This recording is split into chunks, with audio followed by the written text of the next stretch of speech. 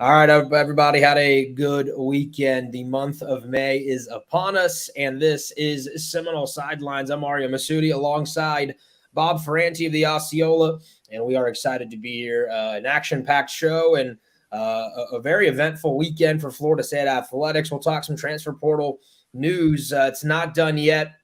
And then we will talk as well, Jammie Robinson getting selected over the weekend by the Carolina Panthers in the 5th round of the NFL draft. Some Seminole baseball and softball on the road at Notre Dame. One went very well, the other not so well. I'll let you guess who's who. I think at this point, pretty obvious. And then we will wrap and talk some more transfer portal news, but potentially one good piece of news coming to Tallahassee. We'll see what potential visitor from a position of need might be coming to the 850 and maybe back to his old stomping grounds to play for Mike Norvell and the Noles in a position, again, that we mentioned the Noles desperately need.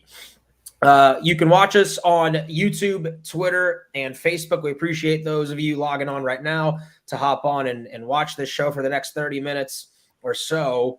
Those of you listening audio only on podcasts, we're on Spotify, on Apple, and everywhere else you have your favorite shows and podcasts. And so we appreciate those of you who want to interact with us on this show. Leave us a comment, a question, and we will get to it in the next duration of the 30 minutes. Please subscribe to the Osceola, floridastate.rivals.com, the Osceola.com, and we provide the best coverage of Florida State athletics on the market.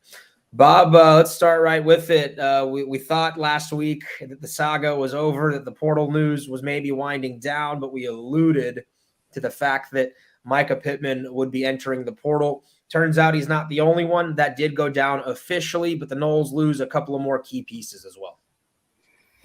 Yeah, I think the Micah Pittman thing is frustrating in a lot of ways. You lose your best receiving blocker, your perimeter blocker, one of your top receivers, your best punt returner too. I mean, let's not forget the special teams component here.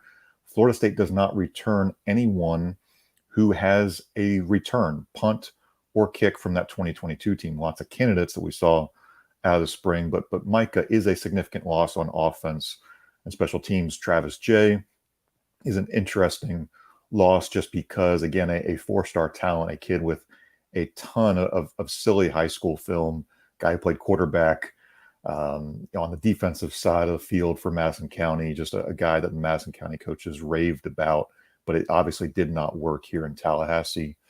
And one other note just coming in the last couple of minutes, Omarion Cooper announcing on Twitter that he's going to continue that Tallahassee to Boulder pipeline. He's going to follow Deion Sanders to Colorado. And Omarion, again, there is a relationship there with James Chaney. James, who played at Florida State on the defensive line, was the Lehigh Acres head coach for a few years down there. And he's moved on in the offseason to be on Deion Sanders' staff. So there was a relationship there where, obviously it's a relationship business. So we are seeing some players make some moves to places where they have some familiarity. I don't know if Omarion Cooper sees more playing time in Boulder after all this compared to what he might have seen in Tallahassee. Maybe this is more of, I want to be a corner. I want to be developed by Deion. That makes a lot of sense. I can't disrespect or doubt a guy for that. But I don't know if immediate playing time is there just with all of the DBs and skill position type talent that Deion's accumulated of late. Without a doubt, Bob, I think I agree with you that I'm not sure that that's the best fit for Omarion. However, Deion very good at recruiting, very good at convincing. And it was clear that, Duke didn't want to play safety. And I think that was the biggest thing for him is he still feels like his future is at the corner position. FSU felt like it had better options at corner and could not provide the playing time. He played pretty well, I thought, at safety. And was getting accustomed to it. The coaches seemed to be pleased, but at the end of the day, again, in this day and age of the transfer portal and NIL and what people can do with tampering and trying to, slide into social media inboxes and things like that, I'm sure they were able to convince him that his days at corner were not done and that he could come to Boulder and play at a high level for someone he trusts. As you mentioned, his former high school coach, on staff at Colorado with Deion as well. And so we wish him the best. We'll see how that goes for Duke. For Florida State, it's a loss in that you lose depth at safety. He wasn't going to factor in at corner. I mean, that just Florida State had better options. They had moved on in their minds at that position. And, again, you wish the kid all the best. I think losing Travis Jay, though, another one that we just kept waiting for him to kind of have that light click, right? In high school, he's this freak athlete, two-sport star, really one of the best talents that the 850 and the Big Bend high school area has really created and provided to Florida State. It just never panned out. Injuries, off-field stuff. We never got to see the best of Travis Jay, and we never really saw him on the field. And so it was like we hardly knew you.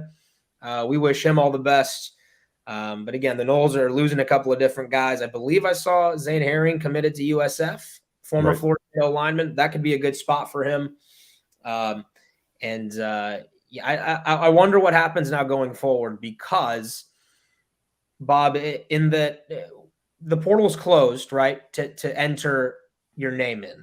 That doesn't mean that things can't happen between now and next fall. And now if you're Florida State, you got to make sure that you keep the guys on your roster locked in.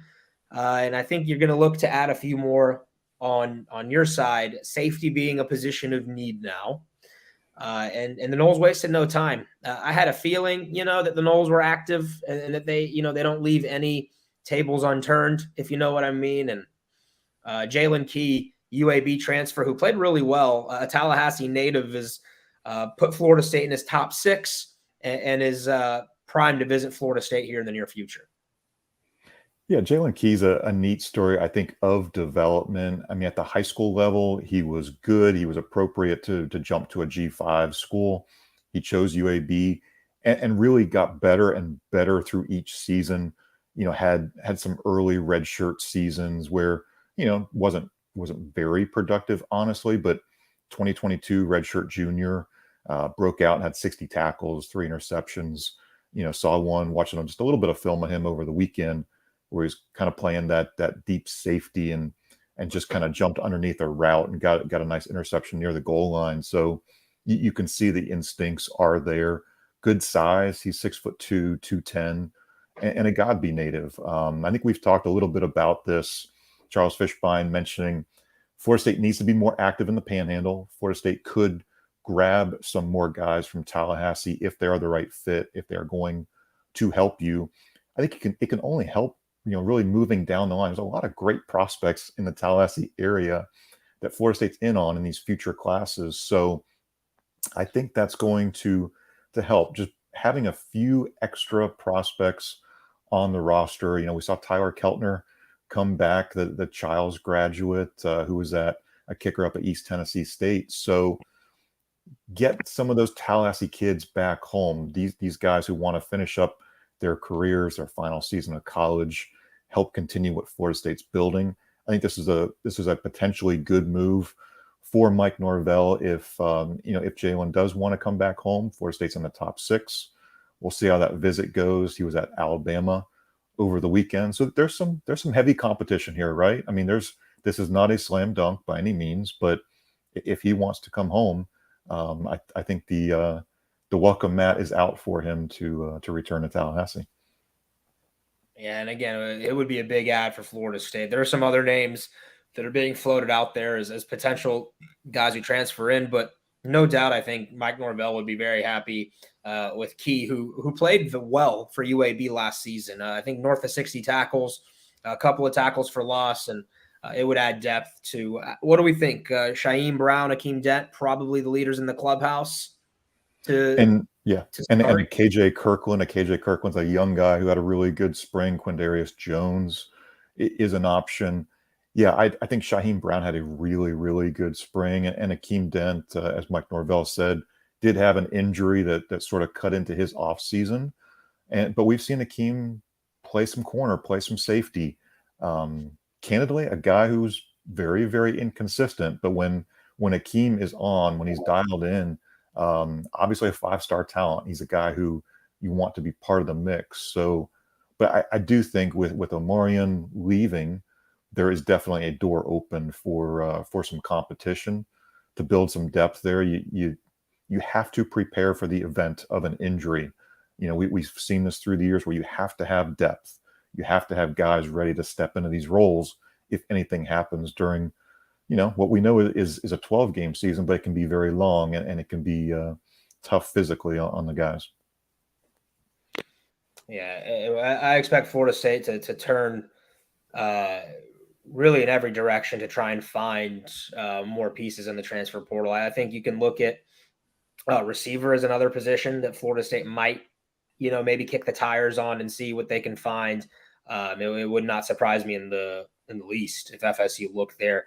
Micah Pittman leaving, I think there's a void there. However, it seems like, you know, Micah left on amicable terms. Mike Norvell shouted him out and wished him the best of luck on social media. So I do wonder there where FSU might look for a slot type receiver.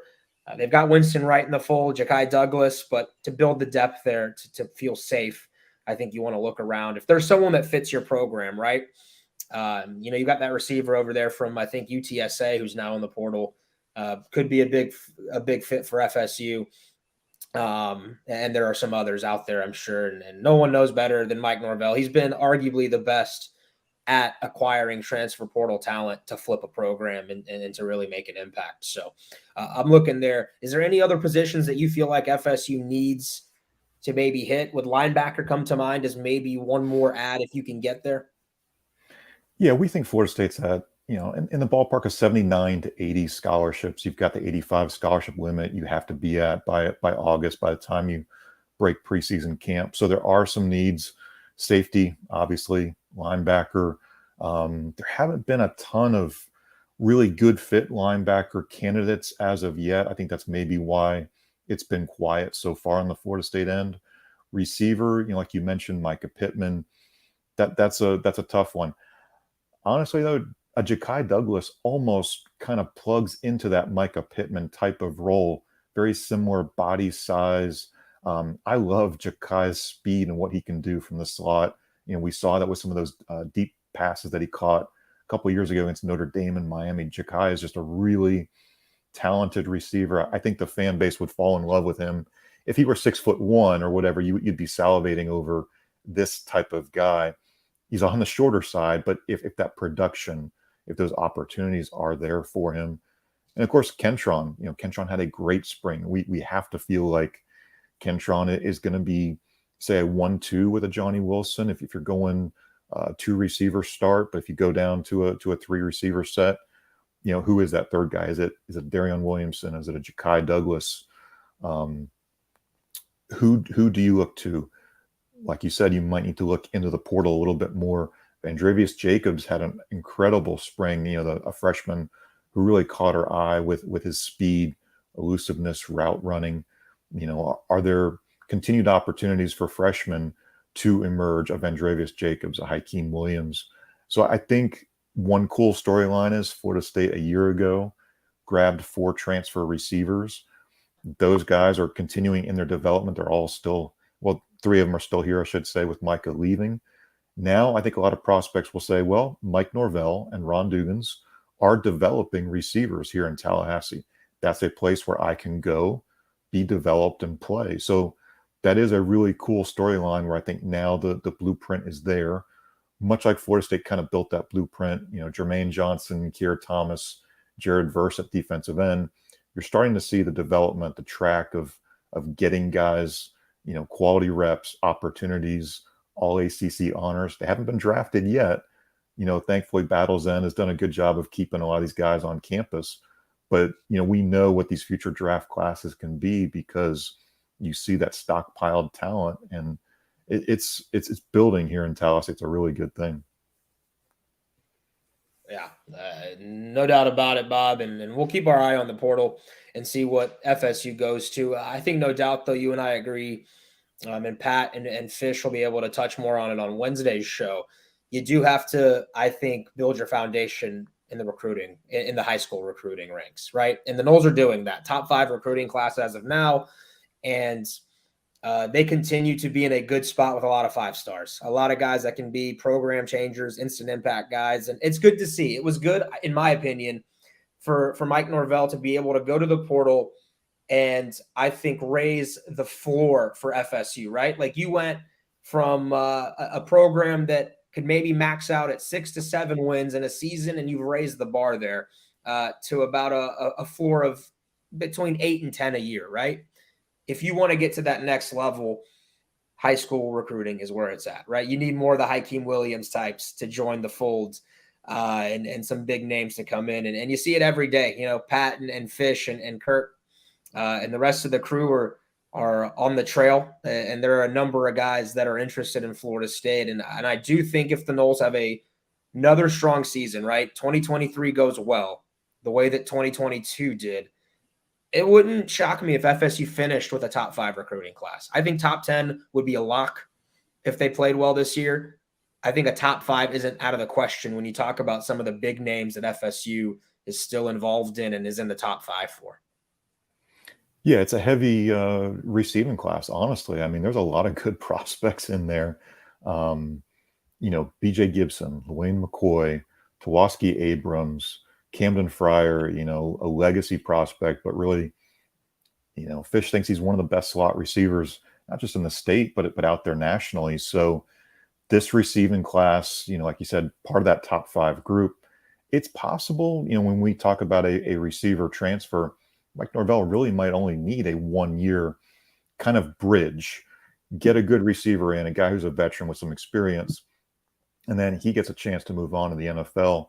But you know what's coming in. You know that kind of talent that's coming in that 2024 class. So there are opportunities here. This isn't maybe the long game as it had been in the past. You're not looking for, say, a Deuce Span, a guy who's going to be a long-term project.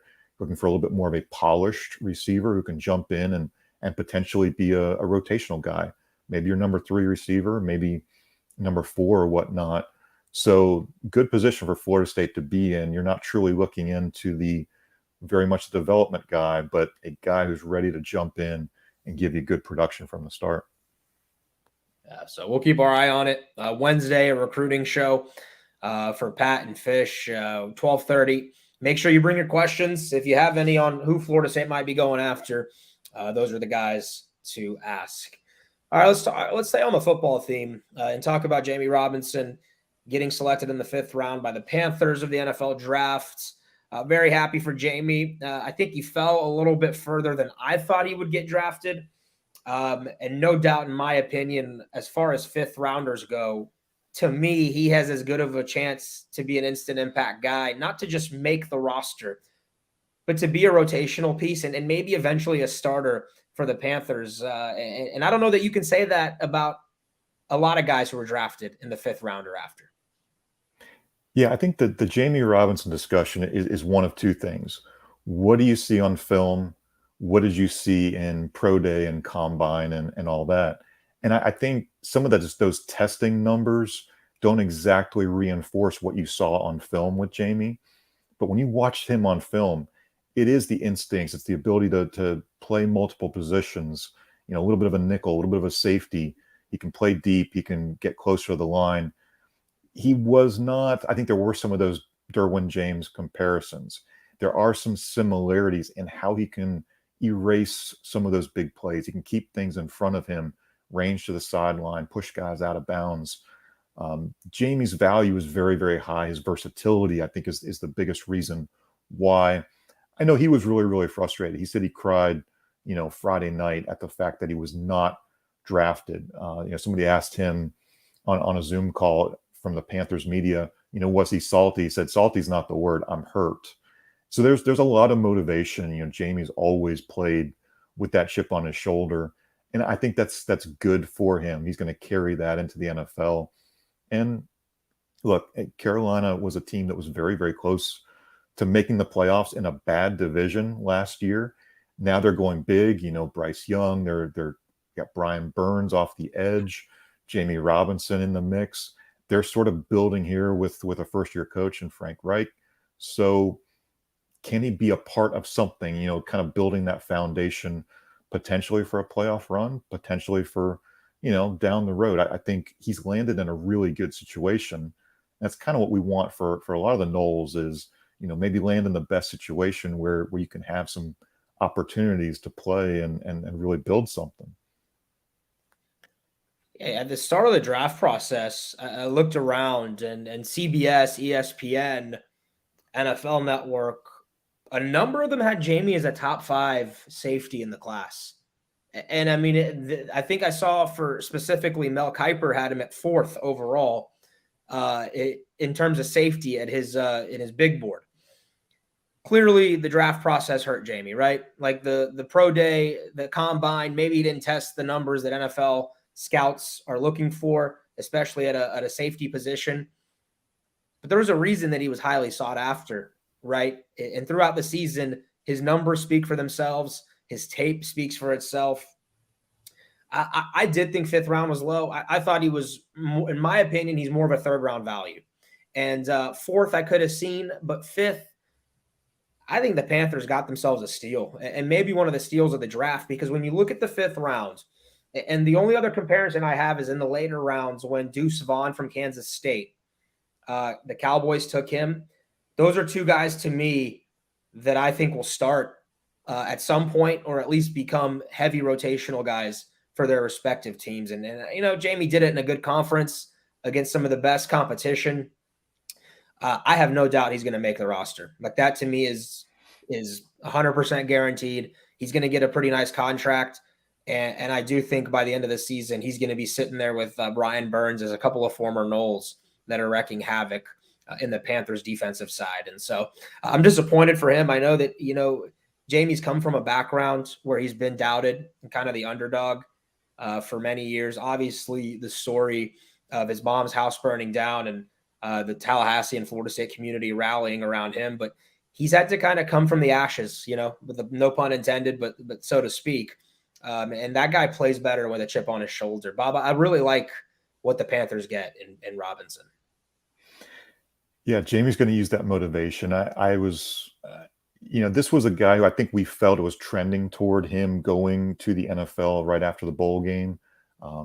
Jammie thinks that he's ready. I know Jammie kind of views himself as a coach out there on the football field too. He wants to go into coaching one day, be a high school football coach, maybe go back to Leesburg and give back to that community. Like you said, Florida State community gave back to him. The Leesburg, Georgia community gave back to him and his mom. And I think he's very much a man where loyalty is a big deal to him. He remembers those who helped him get to where he was able to make it to. And it was cool to see that he was up at an Airbnb in Atlanta over the weekend watching the draft, and Carolina Panthers fan was nearby and congratulated him right away, and they gave him a beanie, so he's wearing the Panthers beanie when he's talking to the Carolina Panthers media on the Zoom. It was kind of, you could tell he was just really, really not just relieved, but I think excited to know where he was going and kind of start thinking about the roadmap to the next step of his journey, just what he can do for Carolina. So I think we're all kind of excited for him and looking forward to what's next. Yeah, so congrats to Jammie getting a shot. That's all that matters, and the money will be made in the future for Mr. Robinson. And so we will be excited to watch him start his NFL career. A couple of other Noles, I believe, had some undrafted free agent signings by some teams. I saw Cam McDonald got a shot. Pokey Wilson got a shot. I saw big Robert Cooper getting a shot. Those are guys who I think will go into camp. Bob, if I'm missing anyone, please feel free to comment out. But those are guys who are going to go into camp and have a chance to impress and hopefully make a roster. Yeah, we've got a roundup on the Osceola.com of where the guys are going. Still no word yet on Dylan Gibbons. So we'll kind of monitor that, where he's going. A couple of former Noles found some homes too. James Blackman with the Miami Dolphins. That's a free agent deal. Kalen Layburn, after a really monster season up at Marshall, ends up with the 49ers. And Jaden Woodby from Boston College to the Los Angeles Rams. So good to see a lot of these guys who, we followed for years at Florida State, and then they moved on in the transfer portal. But these are good opportunities. Rookie camps open. You get a chance to show if you can stick, and then you work your way through the summer into preseason camp. You never know who's going to make a 53-man roster. I think a lot of these guys will end up making practice squads. They will just show that they're ready to take on any opportunity just to kind of stick around and see if they can't make it. So, yeah, I see Benny. Thanks for mentioning Corey Durden. Corey Durden also found a free agent deal. So, yeah, great to see these opportunities are popping up for the Noles. Yeah, and I always look back at different guys, Gabe Neighbors, a Bobo Wilson, guys who got shots and made the most of it, ended up being really good. Travis Rudolph, another one that comes to mind, just gets a shot, right? You don't have to be selected very high. You just need someone to like you enough to invite you to camp. And I believe I've heard actually from one of my buddies who played out in the NFL for a little while, a practice squad roster spot, I think the salary is like $150,000. And that's not bad. Like, you could do worse things than to practice football for $150,000 a year. I just listen, there's a lucrative career, whether you make the roster or you don't, if you're in the NFL somewhere. So we wish all these guys the best. We'll keep our eyes on it, keep tabs on it. And I'm sure on future Seminole Sidelines, if these guys make the roster, we will have that news for you. Let's pivot, Bob, into a quick basketball discussion. Florida State gets Primo Spears to commit to Florida State. Leonard Hamilton gets Georgetown's star point guard to choose the Noles over Kansas. There were some questions on, how high of a priority he was on Kansas's board, but he visited. They took him for a visit at Lawrence, and then he visited Tallahassee this past week and ends up committing to the Noles on Friday night. That's an instant impact addition for Leonard Hamilton, who has, I think, stuck to his word, and he's gone heavy in the portal. Right. Again, to reflect, Leonard Hamilton did promise 3 to 4 transfers that he would bring in for Florida State. Exactly 3 right now. Primo is the point guard that I think Florida State needs. Yes, Chandler Jackson looked really, really good his freshman year as a reserve and a limited role, but he expanded that role. I think his playing time showed that he was ready for more opportunities. And Jaylen Worley, coming back too, unless he does decide to go in the portal will close May 11 for college basketball. So different windows. If you're trying to keep up with these portal windows for football, close Sunday night, for basketball going through May 11th. So we could still see some activity. I know there's still a little bit of smoke about an Efton Reed. What does Efton decide to do?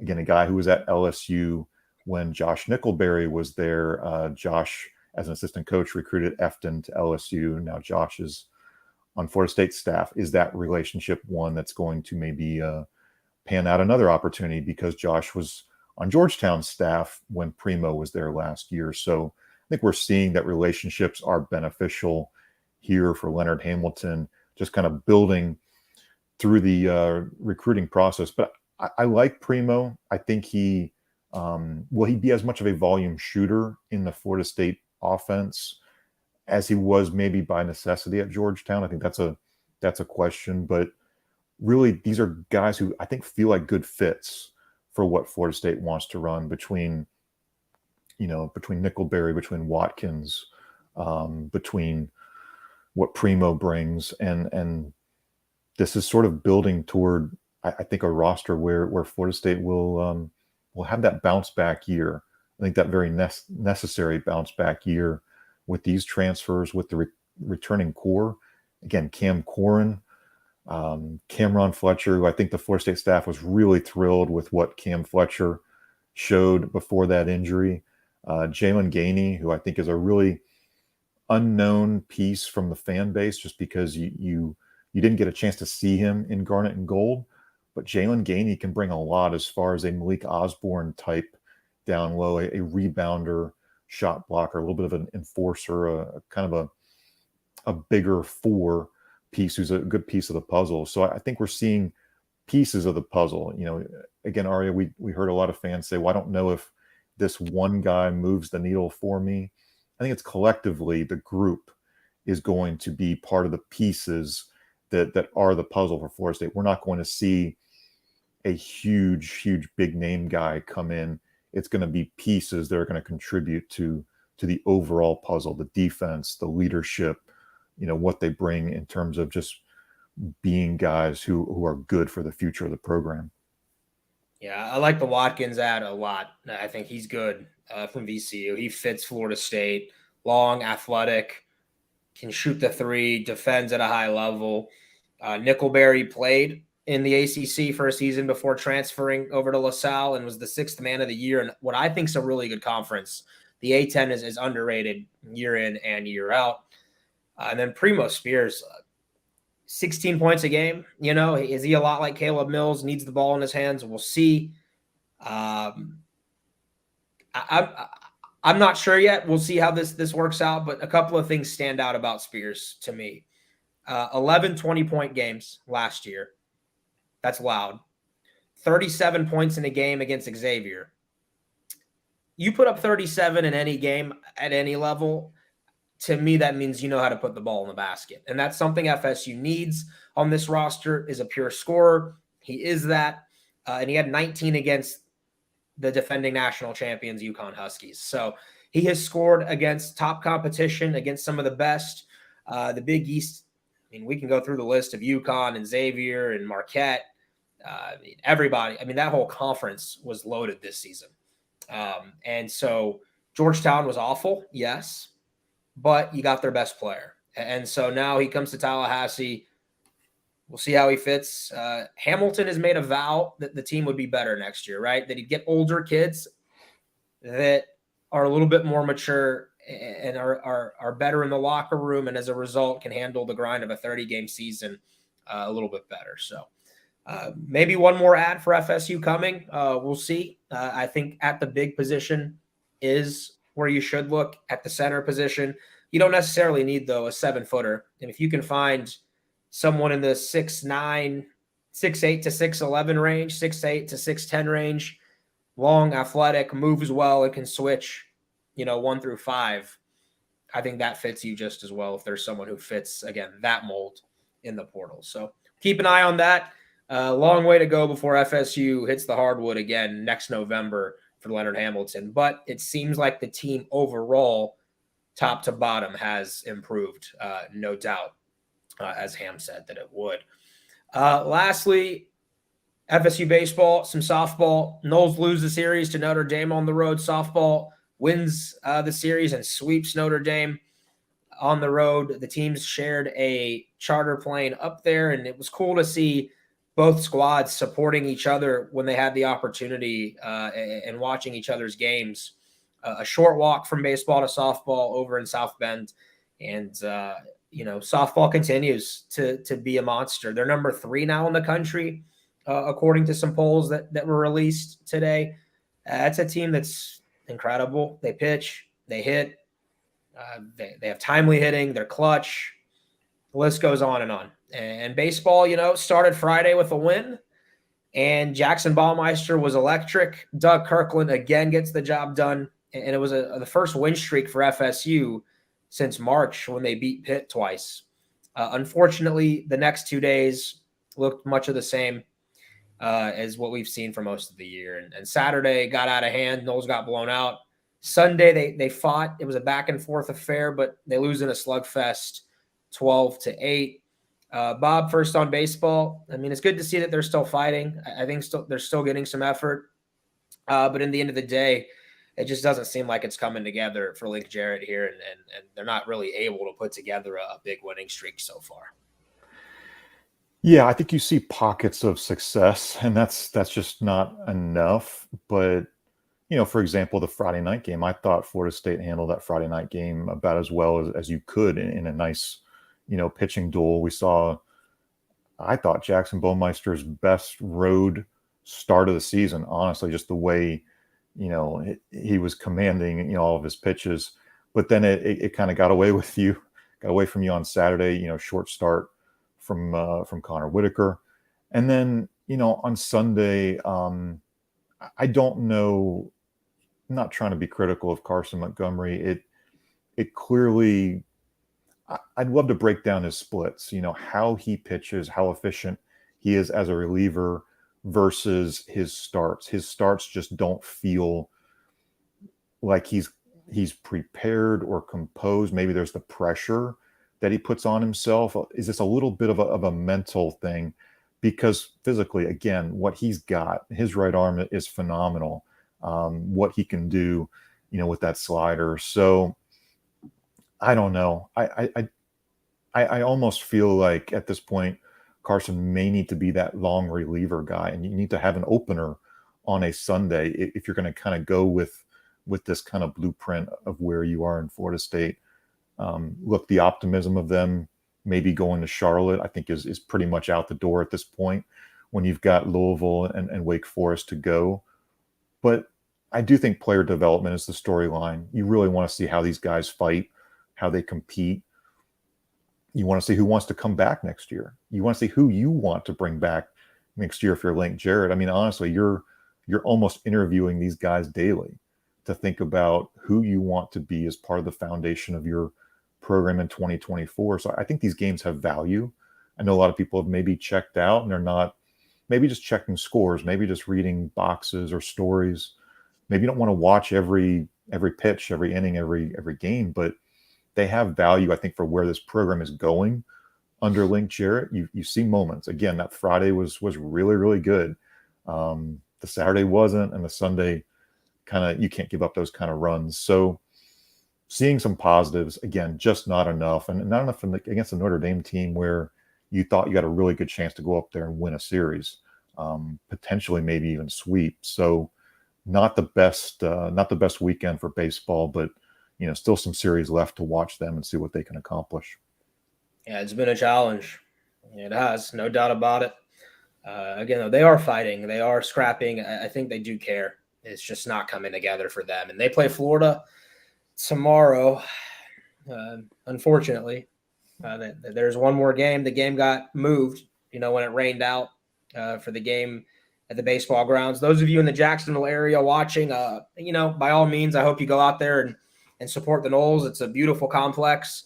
I believe I don't know what they've called it now. It's some bank took over the baseball grounds name. It's always going to be, to me, the baseball grounds of Jacksonville, and should be a good crowd out there. 8,000 to 9,000 Florida State, Florida fans mixed. The Gators are really good. Florida State's been close, though, twice, 2 eighth innings in which FSU led going into it and just hasn't been able to close it out. Do they get on the right side of that tomorrow? 6 o'clock is the start. There is no TV for the game, no streaming. There will be no cameras televising or streaming Florida State and Florida the third time. You can listen to Eric Llewellyn on the Seminole Sports Network from Learfield, and he's on the radio and on the app. Other than that, though, stick with us, and we'll try to get you some updates on our live thread as well. So Florida State, Florida from Jax, and maybe the Noles can get one of the three and not get swept by the Gators. But after that, they play Mercer for 3 games in Tallahassee, and the Bears are much improved and a sneaky good team as well. But Bob, good stuff from you. Enjoyed this episode. Those of you watching, we appreciate you. Those of you commenting, appreciate you as well. Please subscribe to the Osceola. The Rivals, FloridaState.rivals.com, theosceola.com. Subscribe on our YouTube channel and to our podcasts. And we plan to talk to you soon, next Wednesday to be exact. Pat Burnham, Charles Fishbein, having some guests hopefully on the show to talk recruiting and Mike Norvell's really the success he's had on the trail so far and where the Noles are going from here. Bob, anything coming up for the Osceola that you want to touch on? Yeah, Kurt Weiler's working on a piece just kind of saying, the transfer portal is closed, examining some of those needs. Ari and I discussed that at the top of the show. So if you're joining us late, you can go back and watch or listen to that. But Kurt will also have a written story, sort of taking a look back on where the roster numbers are as far as scholarships. And then, what are those needs? What are some of the options out there in the portal? Because now it is the portal opportunity for Mike Norvell and the staff to maybe see if there are some good fits out there for the Seminoles. Cool. Keep it locked in. We'll talk to you soon. That's Bob Ferranti. I'm Omarion Cooper. This has been Seminole Sidelines. Have a great rest of your week, and we will chat with you soon.